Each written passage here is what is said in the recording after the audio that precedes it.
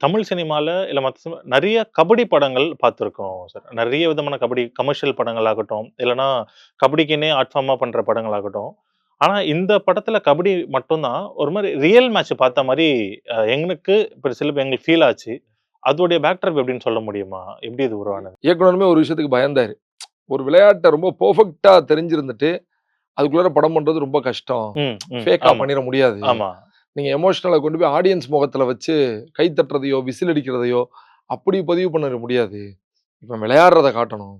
அப்ப நீங்க நீங்க எப்படி ரைடு எப்படி போவீங்க? எப்படி அவன ஆமா. இது எல்லாமே இல்ல. ஏன்னா எனக்கு தெரியாது சார் கபடி. ரைட்டு. எங்க அப்பா பயங்கரமான கபடி பிளேயர். ஓ! எங்க சூப்பர். அப்பா பயங்கரமான கபடி பிளேயர். ரைட். அதுவும் கூட நாங்க பொறந்ததுக்கு அப்புறமாலாம் அவர் விளையாடல. ம். அ ஏன்னா வாழ்க்கையுடைய ஓட்டம் வந்து ஆமா. தனக்கு பிடித்தது எல்லாத்தையுமே தள்ளி வச்சுட்டு வாடான்னு தான் கூப்பிடும். ம், ம். ஒரு மிடில் கண்டிப்பா. கிளாஸ் பீப்பிளா இருக்கும்போது ஆமா. அப்படிதான்.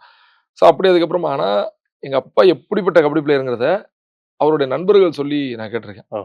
அ கடலூர்ங்கிற ஊர்லலாம் எங்க அப்பாவுக்கு பெரிய ஃபேன் கிளப்பே இருந்துச்சு. ஓ! போலீஸ்ல இருந்தாரு அப்பா. ஓ! அவ்வளோ பிரமாதமா கபடி விளையாடுவாரு. அப்பா உள்ள இறங்குனாருன்னா, அப்படி இருக்கும் ரைட். அப்படின்னு சொல்ல கேள்விப்பட்டுருக்கேன். ஸோ இவரு அந்த மாரி கபடி பிளேயர் தான். யாரு? மாரி செல்வராஜ் சாருமே அந்த மாரி கபடி பிளேயர் தான். ரைட், அப்ப அவங்க க்ளோஸ் டூ ரியாலிட்டி தானே எடுப்பாங்க. ரைட். சார் அதே மாரி இப்போ இந்த க்ளோஸ் டூ ரியாலிட்டி அப்படின்றதுக்காக கேட்கிறேன்.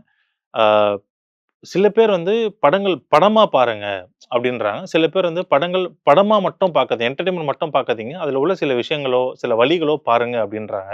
இத வந்து உங்களுடைய ஒரு ஐடியாலஜியா கேட்கிறேன் சார். படங்கள் படமா மட்டும் பார்க்கலாமா? இல்ல வந்து அத பெயினும் எடுத்துக்கோங்க. இந்த மாரிலாம் இருந்திருக்காங்க அப்படின்னு பார்க்கணுமா? எப்படி சொல்றீங்க? 2 கைண்ட் ஆஃப் படமே வருது. படத்த படமா வாங்க, ஜாலியா பாருங்க. அப்படிப்பட்ட ஒரு படங்களும் வேணும். அதே சமயத்துல இந்த மாரி படங்கள் ரொம்ப முக்கியம். அந்த மாரி படங்கள் தேவை இருக்கு. அந்த மாரி படங்கள் தேவை இருக்கான்னா, தேவைங்கிறதெல்லாம் கிடையாது. நம்ம அது ஒரு ஜாலி, ஜாலி ஒரு கொண்டாட்டம் என்டர்டெயின்மென்ட் அவ்வளோதான். அவ்வளோதான். ஆனா இந்த மாரி படங்களுடைய தேவை ரொம்ப அவசியம்னு பார்க்குறேன் சார். ஏன்னா, மகாத்மா காந்தி சொல்றாரு சார் எங்கேயோ, "நான் ஹரிச்சந்திர நாடகத்த பார்த்து தான் திருந்துனேன்" அப்படிங்கிறாரு.